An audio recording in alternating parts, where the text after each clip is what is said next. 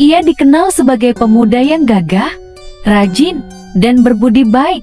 Setiap orang di desa menghormatinya, terutama karena kesetiaannya kepada sang kekasih, Sekar, seorang gadis cantik, kembang desa itu.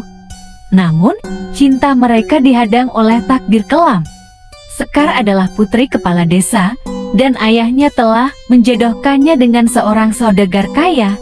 Raka merasa sangat sedih mengetahui hal itu. Suatu malam, di tengah keputusasaan, Raka mendengar bisikan yang menggoda dari seorang lelaki tua misterius di tepi pantai.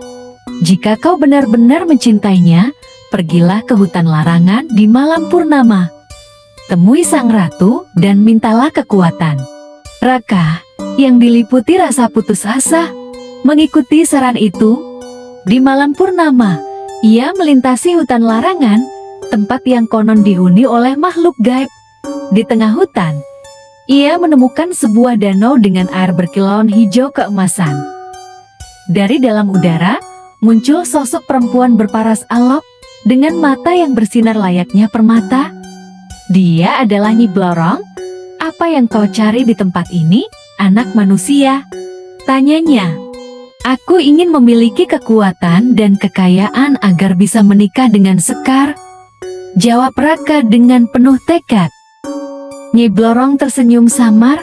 Aku bisa memberikan kekayaan, ketampanan, bahkan kekuatan yang kau inginkan, tapi ada harga yang harus kau bayar, katanya. Apapun itu, aku siap, seru Raka.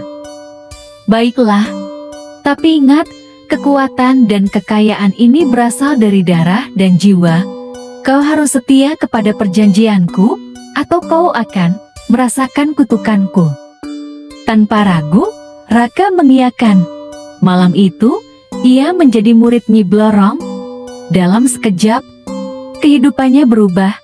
Ia memperoleh harta berlimpah, pesona yang lebih menawan, dan kekuatan yang membuatnya ditakuti. Dengan itu, ia kembali ke desa dan menantang saudagar kaya untuk bertarung memperebutkan Sekar. Dalam pertarungan itu, Raka yang menang karena dibantu Nyi Blorong secara goib. Akhirnya cinta Raka pun terwujud. Kepala desa tak bisa menolak ketetapan takdir. Melihat Raka yang kini telah menjadi pria terhormat dan kaya, ia pun merestui pernikahan anaknya dengan Raka. Sekar begitu bahagia, mengira perjuangan mereka telah selesai. Namun, tanpa dia sadari, Raka telah melakukan perjanjian dengan Nyi Blorong. Setiap bulan purnama, ia harus pergi ke tepi hutan, membawakan persembahan berupa nyawa manusia untuk Nyi Blorong. Jika tidak, kutukan akan menimpanya, ia akan kehilangan semuanya. Pada awalnya, Raka berhasil menutupi perbuatannya. Ia mengorbankan para penjahat atau orang-orang yang tidak berdaya dari desa seberang.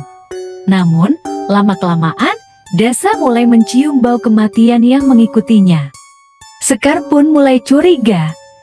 Ia merasa suaminya berubah. Ada aura gelap yang meragukannya setiap kali bulan purnam. Suatu malam, Sekar diam-diam mengikuti Raka ke hutan larangan. Di sana, ia melihat dengan mata kepala sendiri bagaimana suaminya menyerahkan seorang lelaki. Pengorbanan terakhir, Sekar berlari kembali ke desa dengan hati yang hancur. Ia ingin menyelamatkan suaminya dari kutukan mengerikan ini. Namun, saat ia mencoba membujuk Raka untuk menghentikan perjanjian, Raka menolak. Dengan alasan karena sudah terikat perjanjian, jika mengingkari itu berarti kematian. Aku sudah terlalu dalam, bisiknya. Jika aku berhenti, aku akan kehilangan segalanya, termasuk kehilangan kamu. Tapi Raka, kau lebih dari sekedar kekayaan dan kekuatan. Aku mencintaimu karena hatimu, bukan hartamu. Isak Sekar sambil menangis. Raka mulai ragu. Untuk pertama kalinya, ia bertanya pada dirinya sendiri, apakah saya mampu melawan Nyi Blorong? Karena Nyi Blorong tidak akan membiarkan budaknya pergi begitu saja. Saat bulan purnama berikutnya tiba dan Raka menolak memberikan persembahan, tubuhnya mulai berubah. Sisik-sisik hijau mulai melapisi kulitnya. Matanya bersinar seperti ular, dan tubuhnya perlahan terlipat menjadi sosok yang mengerikan. Ia berteriak kesakitan. Nyi Blorong muncul, tersenyum penuh kemenangan. Aku sudah memperingatkanmu, Raka. Pengkhianatan tidak akan pernah saya maafkan. Kamu harus mati. Namun, sebelum Nyi Blorong bisa mengakhiri nyawa Raka, Sekar berlutut dan berseru, "Ambil aku sebagai gantinya, biarkan dia pergi, biarkan dia hidup sebagai manusia, aku mohon."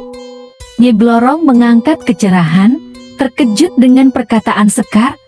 "Kau rela menggantikan dia dengan nyawamu?" tanya Nyi Blorong. Sekar mengangguk mantap. "Saya sanggup, Nyi." Nyi Blorong terkekeh, lalu tertawa kecil. "Baiklah," katanya, "aku akan menerima keinginanmu." Sekar menatap Raka untuk terakhir kalinya. Air mata mereka bertemu dalam cahaya bulan, lalu tubuh Sekar mulai menghilang, larut ke dalam bayangan.